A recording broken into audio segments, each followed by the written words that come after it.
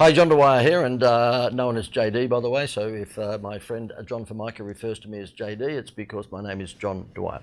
And I have my good friend and colleague with me, John Formica. How are you? I am great. Excited again about another tip strategy that we're going to be able to provide today. The takeout that you should get from this particular presentation is square pegs for square holes, round pegs for round holes. It's all about choosing the right person for the right job, isn't it, John? That's right. How many of you have ever gone into a business and you said that person is perfect? Or gone to Disney for that matter, and you say, everybody that works at Disney, they're all perfect. Where do they find these perfect people? Well, a lot of it has to do with the people that they bring on board and they hire, or even those that are already there. They place people in roles, not positions. Most companies think of it differently. They'll say, I have a position to fill, I need a body, and they're going to make them do this, and then we're going to train them to be in that position. Training is important, no doubt, but wouldn't it be easier if you found the right person that already loves to do that job and is good at that job? Yep. And I'm not talking about from a skill set, I'm just talking about maybe from a personality. And so Disney measures and kind of plans out what is the role of that person, and is the person in the right role? No different than theater, acting.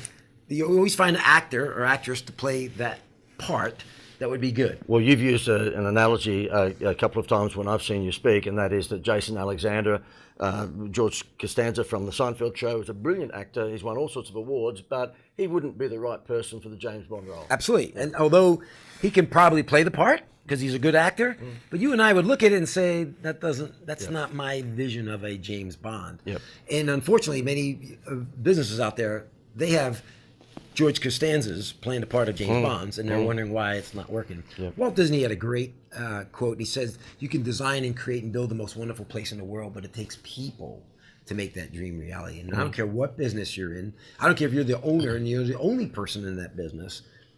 People remember people over product or service, right? We'll always remember who took good care of us. We won't remember what we ate, but we remember the waitress or waiter who took care of us. So it's making sure you have the right people in the right role. And in order to do that, you must first define what role you want that person to play. I'll give you a perfect example. If you go to Disney, you might find a security guard. And you're thinking of security guard, right? So if you're going to hire a security guard or somebody on security patrol to work in the Magic Kingdom, what kind of person would you probably hire? Well, you'd probably think of quite a big guy. Big guy, right? Ex-military, ex-police, somebody with authority. I get it. You want the person to look the part. However, what's their role 99% of the time in the park? Well, in reality, is what Disney found out is a security guard's the third most person that gets asked more questions than anybody else in the park. Because while they're walking around, they're easy accessible. Yep, they've got the uniform on, you can see them. Yeah. So they're going to get asked questions. And I always share a story where a security guard went up to a little girl and asked her for an autograph because she was dressed like a princess, and he said he mistook her for a princess. Okay? Now, you can't just get any security person to do that. Yeah. You got to get a person who wants to be engaged with kids and have a good time with kids. And so Disney hires somebody like that, and when that family goes back to their hometown, they're talking about a security guard. Of course. And I crack up because they spend thousands of dollars and they come back talking about a security guard. Yeah. And I'm like, really? That not no other character? Yeah. Disney looks at what do we want that security guard to play? What role do we want? And they're really ambassadors, right? Yep. They're guest relations host and hostess walking around in the park. Now, the 0.001% chance that there's an emergency or a safety issue, he's trained, she's trained, they can go in that role. But most of the time, their role is to be guest service. Example is, I've seen, and you've seen this as well, you go to a front desk counter of a business or whatever, and they have somebody on the front desk counter with a personality of a dead fish. Sour. But they're really good with computers. They've been with the company for a long time, so they have a lot of knowledge, right? And they can do the tasks, but they're the face of the business, JD, and they have a personality of a dead fish. So you know what usually happens? The manager steps in and says, I need you to smile, I need you to be active, I need you to do this. And see, if you need them to do that, you're in the babysitting business. How many out there feel like you're in the babysitting business? That's because you're getting people to make people do it. But if you found somebody that is outgoing, loves people, hey, good morning, how are you, welcome, you don't have to tell them to do that.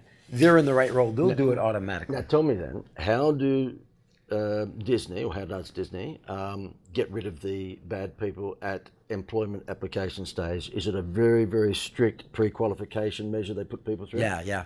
What Disney does is, again, going back to making people happy, right? We talked about that. Disney doesn't hire people to need a job. They hire people that want to make people happy, because if you don't. So what Disney does is, before you even fill out an application, you have to watch a video. And in the video, they talk about the values that Walt Disney brought to the organization. They talk about that you're going to work when other people play. They talk about you're going to work holidays and weekends. They talk about the grooming guidelines. They talked about being on stage. All these things are so important. And really what they're trying to do is talk you out of the job. Because what happens is 15% of the people walk out and don't even fill out an application. Wow. Because they realize, well, I have to make sure I'm perfectly groomed every day. It means I got to work weekends. It means I got to come with a great attitude every day. I don't want to do that. Okay, it doesn't mean you're a bad person. It doesn't mean you're not going to be successful. It means you can't work for that company. So what happens is 15% of people walk out the door and don't even fill out an application. So Disney's already eliminated those people that wouldn't be a good fit. Yep. Right? Yep. And so, many people have heard this. You train for competency, but you hire for fit. You want that right person. You hire for attitude. Right? If I get an enthusiastic person that loves to do what I want them to do, that's better than trying to have an experienced person that I got to hope fits into my culture. And I love the phrase that you make, and that is you're babysitting. Yeah.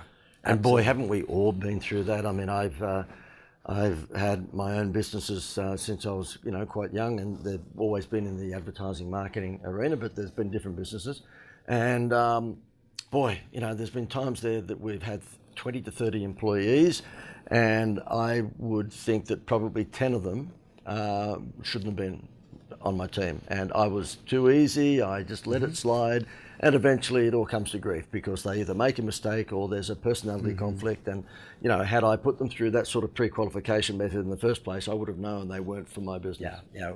The phrase I use when I do leadership workshops is, how long are you willing to tolerate? Because we tolerate people. And the key is, get those people in the right role. I'll give you a good example. You know me, JD. I love service. I love helping people. I'm an outgoing person. I love it. So if you put me in front of your store, welcoming customers into your store, I would love it. I'd be your best employee ever. Why? Because I have all the attributes of the role you want me. Very friendly, outgoing, energy. But if you put me in the back office, good looking, absolutely. But if you put me in the back office, doing inventory or putting data in computer information or whatever it is, I could probably do it. I wouldn't be happy doing it. And so I would go from your best employee to, in the back office, I'd go to your worst nightmare.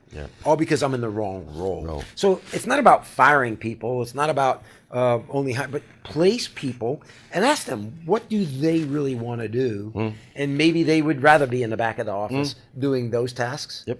Don't put them on your front desk because they don't want to be there. And then you might have people in the back office doing backstage tasks, and they have the best personality in your company. Put them up front. And those are the things, because people will remember people. And it's so simple, but most companies out there have that warm body syndrome. I just need a warm body, and then but you don't realize, not only do you ruin your experience, but you're ruining your employee experience, because who wants to work with people that they don't like? It's really valuable information, because how much time as a business owner do you lose babysitting? Absolutely. Babysitting the wrong people for the wrong role. Not to mention how many lost customers, because they're walking in and that's the first person they see. And they're like, if that's the first person I see, I can only imagine what everybody else is going to be like. And so make sure your people are in the right role, hire right, take the time, lots of different ways. Hiring is an investment in people, and you should look at it that way. Yep. One last thing. I was having a drink with a colleague recently, and I ordered at the bar a Scotch and ginger ale. And he came back with a Scotch and Coke. And I said to the barman, look, I'm sorry you mixed that up. It was a Scotch and ginger ale. And he looked at me like I was such a nuisance. He just went like that. Went away, came back, and he messed it up again. It was Scotch with 7-Up or whatever it was. And I said, I'm sorry, that's not there. And he picked it up and slammed it back down on the bar and said, would you make, there was a bit of music in the background, so it was a little hard, but guess what? He had earplugs in to stop the music from annoying him. And of course that meant that he wasn't listening to me. And he put the thing down and he said, I'm through with it. I'm not serving you anymore. Like, I wasn't a difficult customer. I mean, I could be, but I wasn't. And his superior came along because he could see this happening and just moved him out of the way, and he apologised. That's right. And I thought to myself, that guy was the director of First Impressions, and he screwed up. Definitely in the wrong role, don't you think? Yeah. Definitely in the wrong role. And we know, and when you see someone in the right role, you just can't wait to be involved in that experience. And when you see someone in the wrong role, you kind of avoid them like the plague. And do you want your customers avoiding your employees? No. Just not. Avoiding your customers avoiding your employees. You're right. Dead right. Yeah. No. I just want to make it very clear. I don't have an alcohol problem. That was just a one-off drink. Okay. Fine. It was 9:30 in the morning. But it was a one-off drink. Okay. Thank you very much for watching this. And the takeout from this, John, is really basically I use it the round pegs for the round holes. You've got to make sure that you've got the right people for the right roles, because otherwise you will not create any magic in your business, that's for sure. You want to have those right people in the right role, and you'll see that they'll do it because they want to, not because they have to. And just once again, before we finish, I'm not an alcoholic, okay? That was just one drink. And yes, it wasn't 9:30, I was only joking. It was 7:30 in the morning. We'll look forward to seeing you next time. Over and out.